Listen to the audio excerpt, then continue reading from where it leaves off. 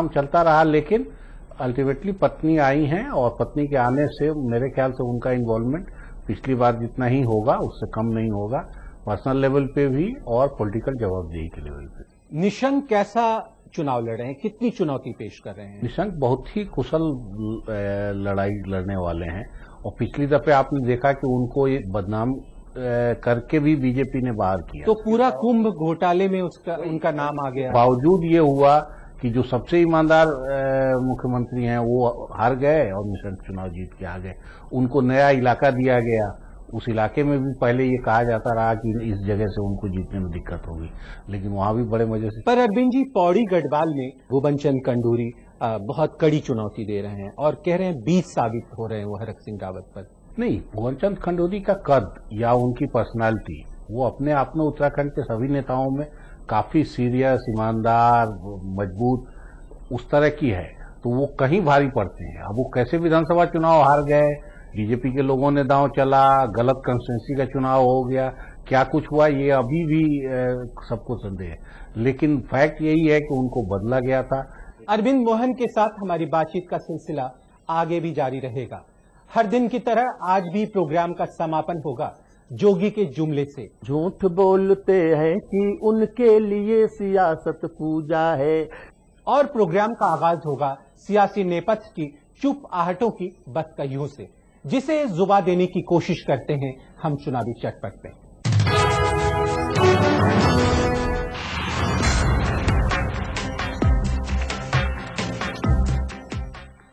काशी नरेश अनंत नारायण सिंह से नरेंद्र मोदी ने खुद फोन कर उनसे वाराणसी में अपने इंतखाब के नॉमिनेशन के दौरान अपने लिए तजवीज पेश करने का इल्तमास किया था, क्योंकि मोदी चाहते थे कि उनके नॉमिनेशन के वक्त काशी राज खानदान का कोई रुकन भी वहां मौजूद रहे। पर अनंत नारायण सिंह मोदी के इस इल्तमास को बहुत ही सादगी के साथ टाल गए और उन्होंने मोदी से कह दिया कि उन्होंने अभी तक अपने को सियासत से दूर रखा है। सही मायनों में उनकी सियासत में कोई दिलचस्पी नहीं है, जबकि सच ये है कि वाराणसी से कांग्रेसी उम्मीदवार अजय राय, जो भूमिहार बिरादरी से ताल्लुक रखते हैं, उन्होंने पहले ही अनंत नारायण से राब्ता कर अपने कुछ साथियों के साथ मिलकर उनसे इल्तमास किया था कि वो अनंत नारायण, चूंकि भूमिहार बिरादरी के खानदान से हैं और इससे उनका ताल्लुक है, वो मोदी यानी बीजेपी के पाले में चले जाएंगे तो इससे एलानिया तौर पर भूमिहार बिरादरी बटी हुई दिखाई देगी। अजय राय के इस इल्तमास पर ही कान धरते हुए काशी नरेश अनंत नारायण सिंह ने मोदी के लिए तजवीज पेश करने से मना कर दिया।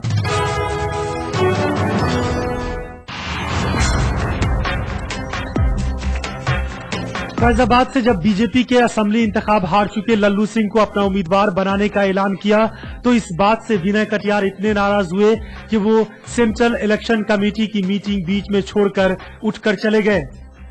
विनय कटियार के बारे में ये माना जाता है कि पिछले इंतखाब में भी उन्होंने अपनी सीट पर जीत दर्ज कराने के बजाय अपना सारा ध्यान इस बात पर मरकूज रखा था कि लल्लू सिंह को कैसे फैजाबाद से हराया जाए।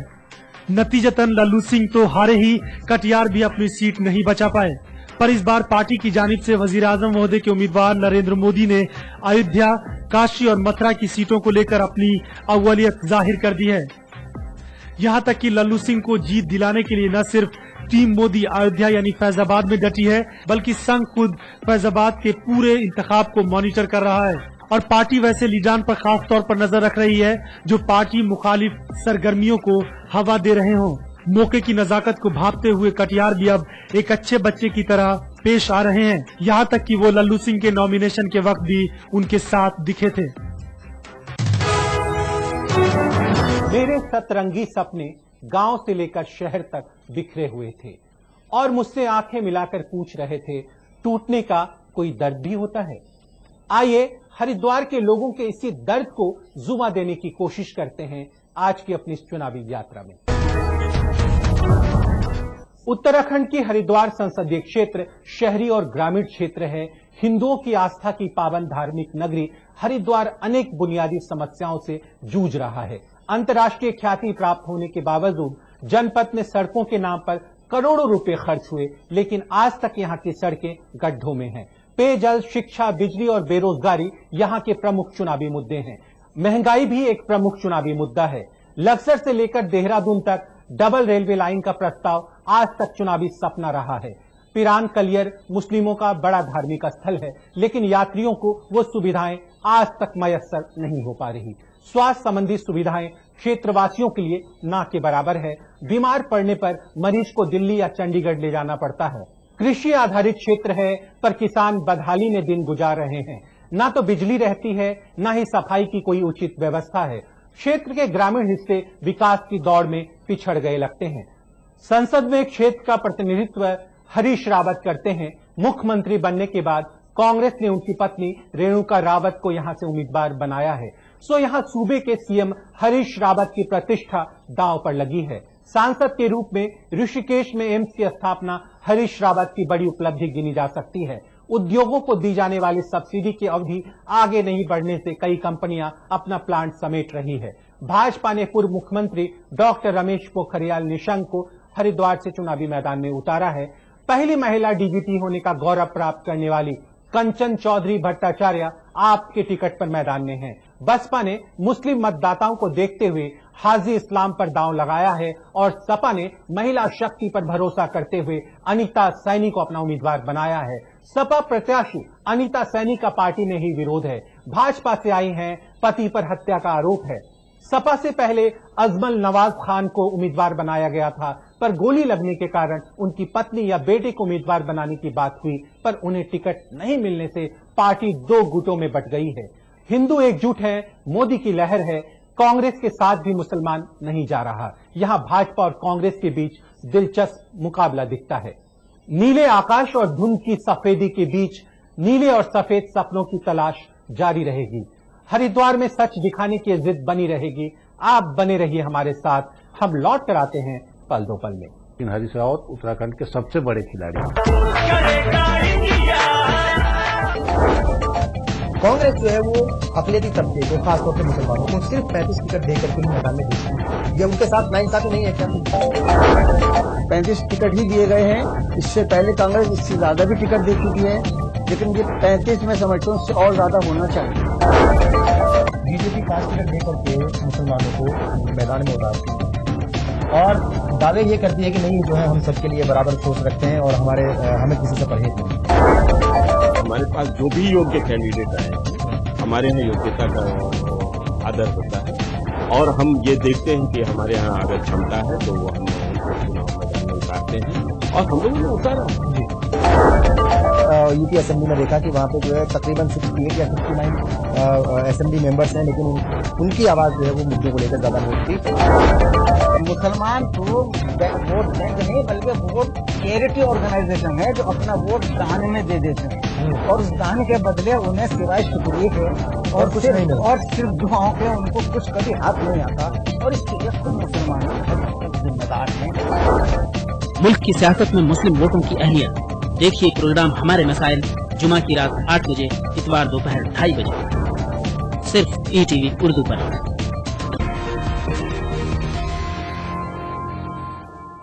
तो क्या मोदी जी आप दिल्ली में सरकार बनाने जा रहे हैं? देश की जनता सरकार बना रही है, मोदी नहीं बना रहे हैं। के लोगों को आपसे जो भारी उम्मीदें हैं, अपेक्षाएं हैं, उम्मीदें हैं, इनको आपका क्या कोई रोड मैप, कोई विजन, कोई प्लान? वोट बैंक की राजनीति नहीं, विकास की राजनीति ही भारत के लिए श्रेष्ठ है। ये हमारा कमिटमेंट है, सबका साथ सबका विकास।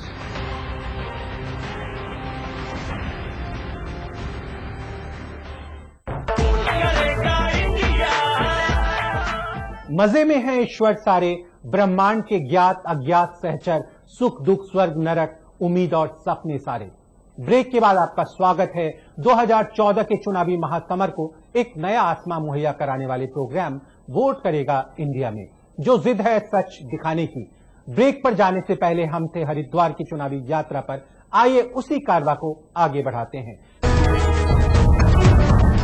हरिद्वार में कुल 15,53,307 मतदाता हैं, जिनमें 3 लाख पहाड़ के वोटर हैं, सैनी 2,75,000, 3,60,000 मुस्लिम और 3.25 लाख से ऊपर दलित वोटर हैं। 20 वर्ष से कम आयु के 33,818 नए वोटर जुड़े हैं। 4.25 लाख जाट, गुर्जर, कश्यप और अति पिछड़े वोटर हैं। हरिद्वार संसदीय क्षेत्र के अंतर्गत 14 विधानसभा, रुड़की, मंगलौर, पिरान, कल्लेर, खानपुर, लक्सर, भगवानपुर, झबरेला, भेल, रानीपुर, ज्वालापुर, हरिद्वार, हरिद्वार ग्रामीण, धर्मपुर, डोईवाला, ऋषिकेश आती है। हरीश रावत की प्रतिष्ठा यहां दांव पर लगी है। अरविंद जी, क्या लग रहा है हरिद्वार की पहली तस्वीर क्या उभरती है? देखिए, हरिद्वार कई मायने में मैदानी है, वो पहाड़ी इलाका, पहाड़ी सीट नहीं है। उसकी बनावट, उसकी पॉलिटिक्स, वो सब कुछ मैदानी इलाके वाली ज्यादा है, पहाड़ी कम है। ठाकुर ब्राह्मण के जो वहां लड़ाई सब चारों सीटों में बाकी में दिखाई देती है, वो यहाँ कहीं नहीं। अरविंद जी, दलित और मुस्लिम वोट बहुत, वही यहाँ दलित और मुसलमान ही सारा खेल है, जो मैदानी इलाकों का खेल है बेसिकली। और दलितों में भी आप देखेंगे कि दलित यहाँ 28% हैं, जिसमें से 24% जाटव हैं। ऊपर जो है शिल्पकार हैं, दलित हैं भी तो शिल्पकार हैं, ये जाटव। समाजवादी पार्टी यहाँ के लिए एक तरह से दुश्मन मानी जाती है, वो इमेज उसको मुश्किल करती है। नहीं तो ये सीट आज से नहीं, सब दिन से समाजवादी पार्टी यहाँ बड़े मजे से अपना पांव फैला सकती थी, लेकिन उत्तराखंड वासियों के लिए समाजवादी पार्टी एक दुश्मन की तरह है। यहाँ के मैदानी इलाकों में बसपा हमेशा अच्छा चुनाव लड़ती रही है। बसपा इसलिए कि ये वोटर जो है फिर जब समाजवादी पार्टी को नहीं जाएगा तो अगले अल्टरनेटिव को ढूंढता है और उसमें बसपा फिट बैठती है। रामपुर तिराहा गोलीकांड के बाद से समाजवादी पार्टी विलेन ही है यहाँ। तो लड़ाई में बीएसपी, और बीएसपी की मुश्किल ये है कि उसको वो दलित वोट यहाँ सब जगह नहीं है उत्तराखंड में। इस कंस्टिट्यूंसी का मामला थोड़ा अलग है। अरविंद जी, कुंभ मेले के दौरान 642 करोड़ के घोटाले में निशंक का बहुत नाम आया और ये बार बार कांग्रेस ये बात उछाल रही है। यहाँ निशंक पे ये आरोप आज पहली बार नहीं लगे हैं। निशंक पे, और सिर्फ यही आरोप नहीं है, निशंक पे नदियां बेचने का, बिजली परियोजनाओं में गड़बड़ का, निशंक पे काफी आरोप हैं।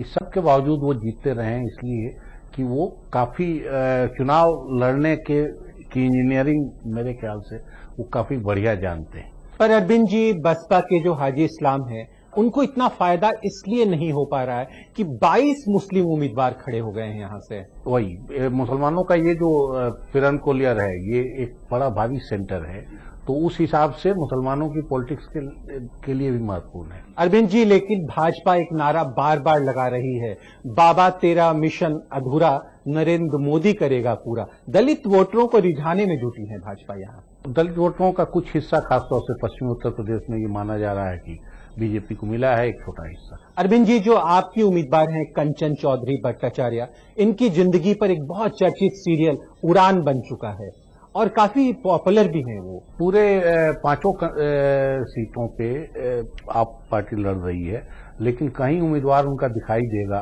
अगर ढंग से, या कुछ वोट लेके आएगा मुकाबले में, तो मैं अभी नहीं मानूंगा, तो वो यही सीट है। तो अरविंद जी, बाबा रामदेव और सतपाल महाराज का ये क्षेत्र है, तो उसका कितना फायदा निशंक को मिलेगा? निशंक वैसे भी मैं कहूंगा कि बहुत कुशल लड़ाई वाले हैं और उन सब मुद्दों को काउंटर करना जानते हैं जो उनके खिलाफ आएंगे या जो हरीश रावत की ताकत होगी। तो अरविंद जी, हरिद्वार किसके लिए खोलेगा अपने द्वार? मेरे ख्याल से अभी भी निशंक को लाभ होना चाहिए, लेकिन हरीश रावत की खुद की प्रतिष्ठा दांव पे है, तो हरीश रावत को आप छोटा खिलाड़ी नहीं मानिए। मेरे हिसाब से अभी भी कांग्रेस भले थोड़ा बैकफुट पे आ गई हो अभी, लेकिन हरीश रावत उत्तराखंड के सबसे बड़े खिलाड़ी। यह लड़ाई जो कि अपने आप से मैंने लड़ी है, ये पहाड़ी पांव क्या चढ़ते इरादों ने चढ़ी है। आइए अब आपको ले चलते हैं पौड़ी गढ़वाल की चुनावी यात्रा पर।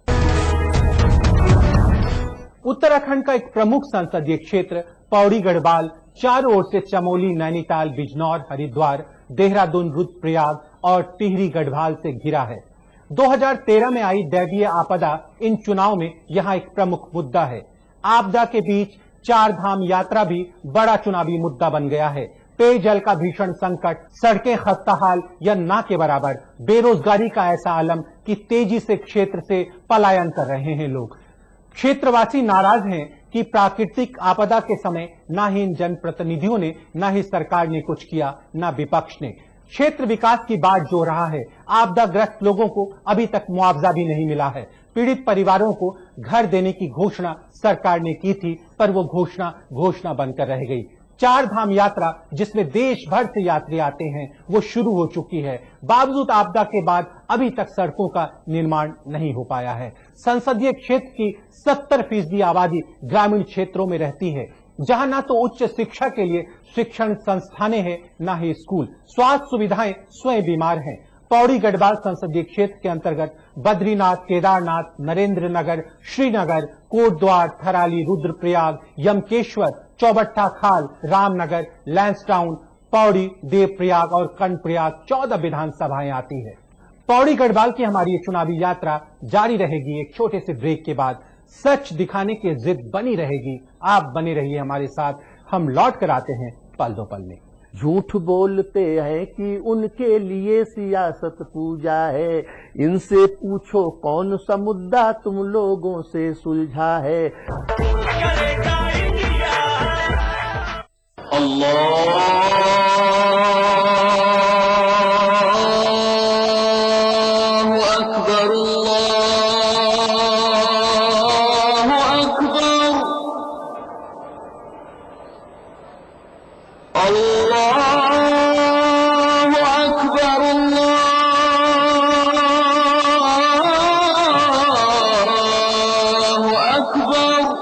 मस्जिदुल हराम से नमाज फज्र देखिए रोजाना सुबह 5:30 बजे सिर्फ ईटीवी उर्दू पर।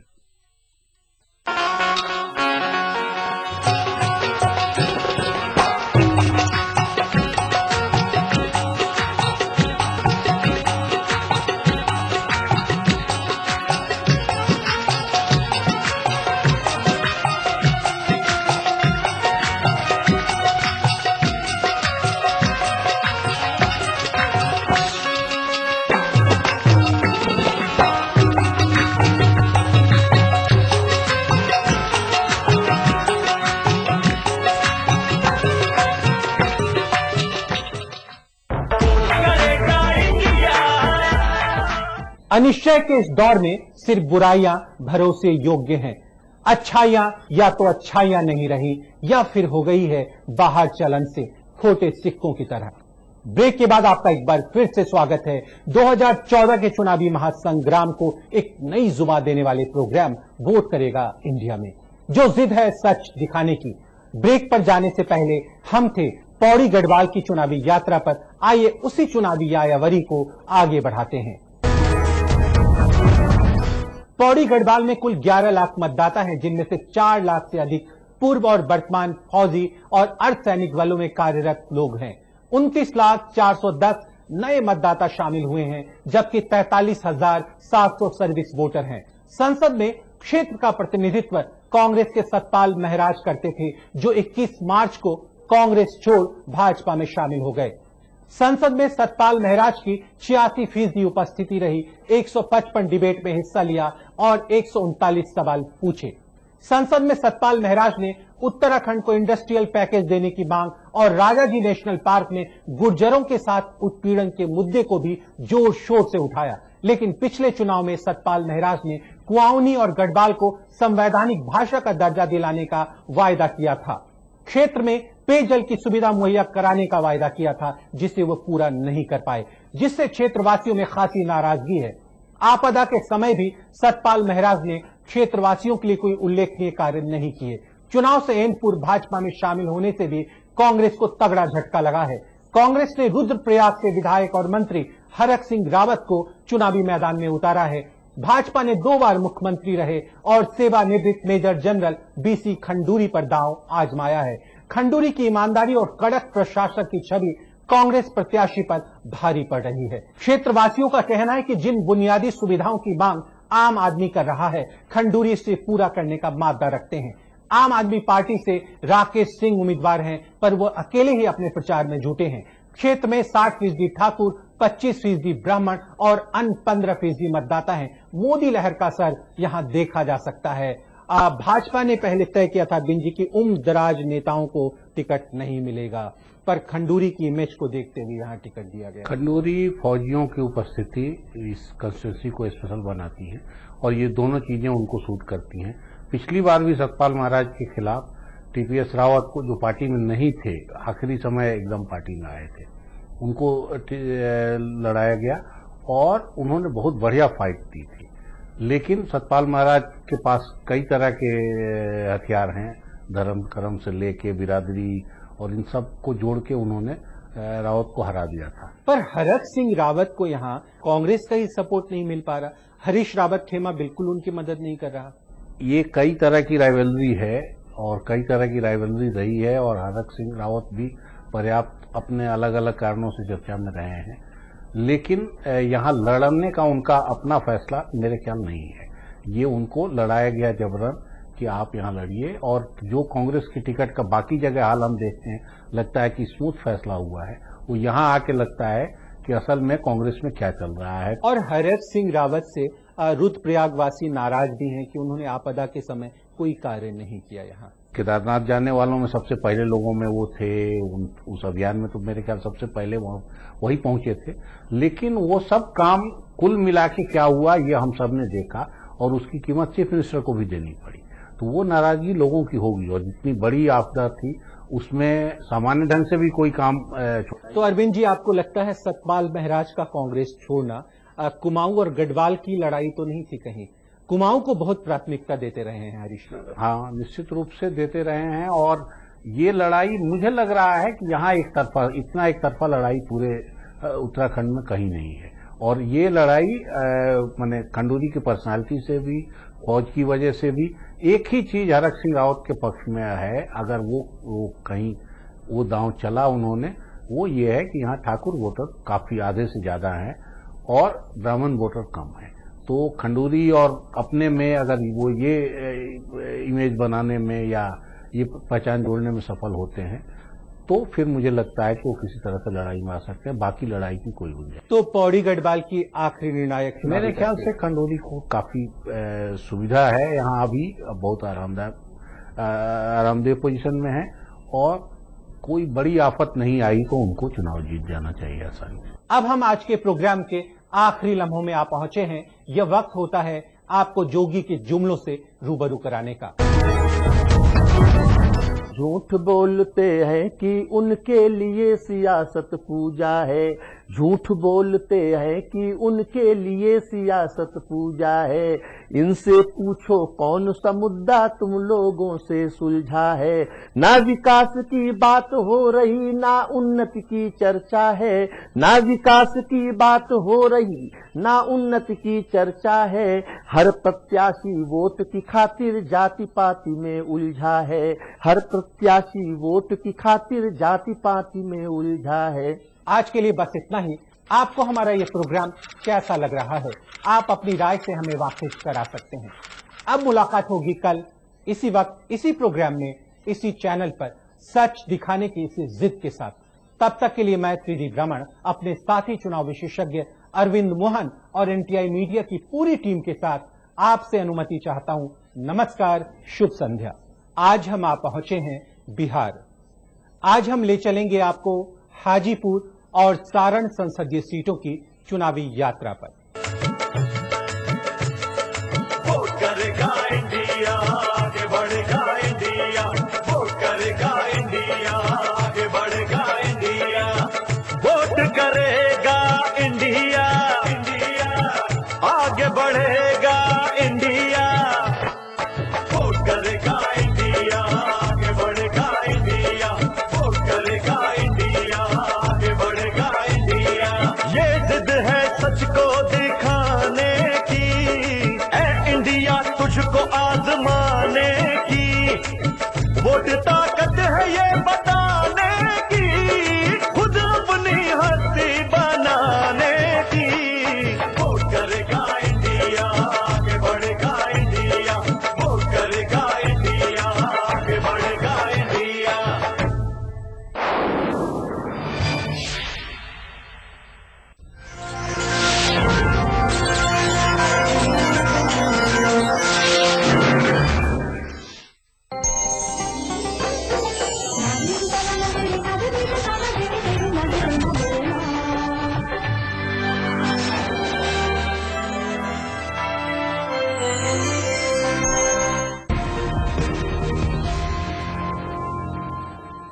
तो क्या मोदी जी आप दिल्ली में सरकार बनाने जा रहे हैं? देश की जनता सरकार बना रही है, मोदी नहीं बना रहे हैं। के लोगों को आपसे जो भारी उम्मीदें हैं, अपेक्षाएं हैं, उम्मीदें हैं, इनको आपका क्या कोई रोड मैप, कोई विजन, कोई प्लान? वोट बैंक की राजनीति नहीं, विकास की राजनीति ही भारत के लिए श्रेष्ठ है।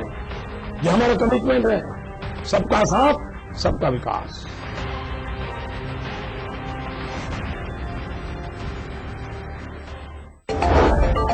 कांग्रेस जो है वो अकलियती तबके को, खासतौर से मुसलमानों को सिर्फ 35 टिकट देकर के ही मैदान में भेजती है। ये उनके साथ नाइंसाफी नहीं है क्या?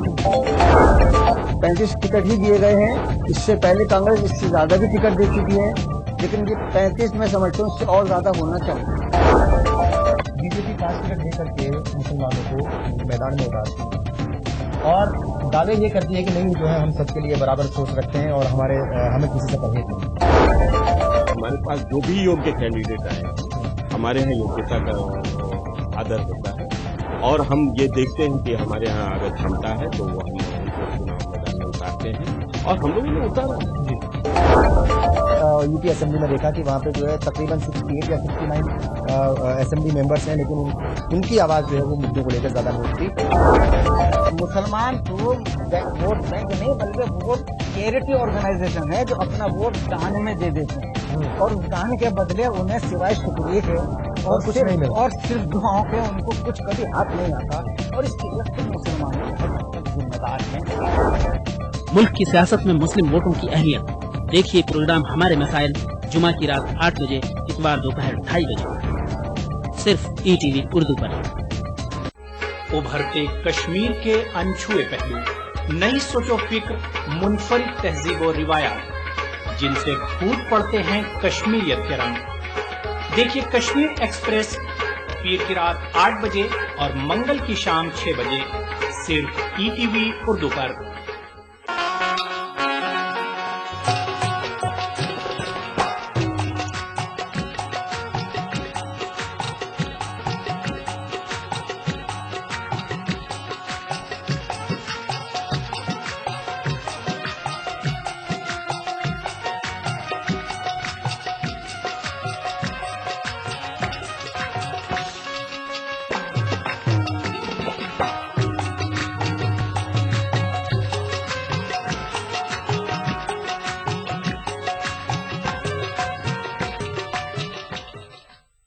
ईटीवी उर्दू पर अगला प्रोग्राम।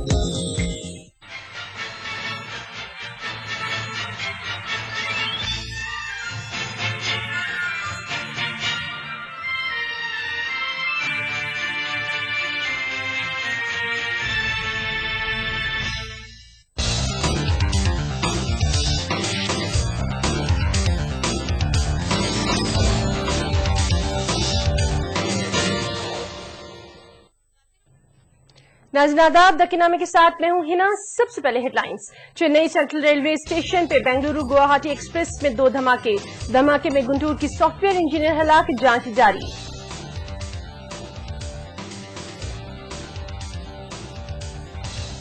रियासत की तकसीम के लिए कांग्रेस ने सीमा आंध्रा के अवाम को नहीं लिया एतमाद में, मोदी का बयान, सीमा आंध्रा में मुख्तलिफ रैलियों से किया खिताब। और रियासत भर में जोशो खरोश से मनाया गया मे डे, खुसूसी प्रोग्रामों का किया गया इनेकाद।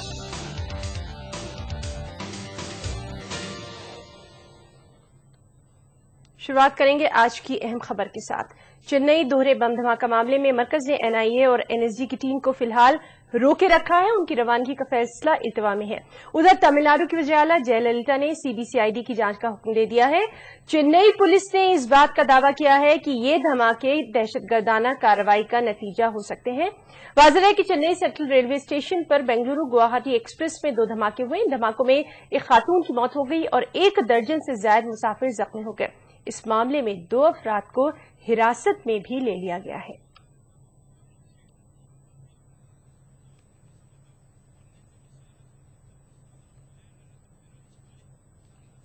चेन्नई सेंट्रल रेलवे स्टेशन पर हुए बम धमाके में गुंटूर से ताल्लुक रखने वाली एक सॉफ्टवेयर इंजीनियर हलाक हुई हैं। गुंटूर जिले के श्रीनगर से ताल्लुक रखने वाली स्वाति चेन्नई में टाटा कंसल्टेंसी कंपनी में मुलाजिम थी। छुट्टी के पेश नजर अपने घर जाने के लिए स्वाति चेन्नई से गुवाहाटी एक्सप्रेस में सवार हुई थी, लेकिन ये इनका आखिरी सफर साबित हुआ। चेन्नई सेंट्रल रेलवे स्टेशन पर एक ट्रेन में 2 मामूली बम धमाके हुए। ऐनी शाहिदीन के मुताबिक बेंगलुरु गुवाहाटी एक्सप्रेस जैसे ही चेन्नई सेंट्रल रेलवे स्टेशन के प्लेटफॉर्म नंबर 9 पर पहुंची, ट्रेन की बोगी नंबर S4 और S5 में 2 बम धमाके हुए। इब्तदाई जांच के बाद तहकीकाती अफसरों ने बताया कि पहला धमाका बोगी S4 में हुआ। इस धमाके में गुंटूर से ताल्लुक रखने वाली एक सॉफ्टवेयर इंजीनियर स्वाति हलाक हो गई। स्वाति अपने घर पहुंचने के लिए चेन्नई से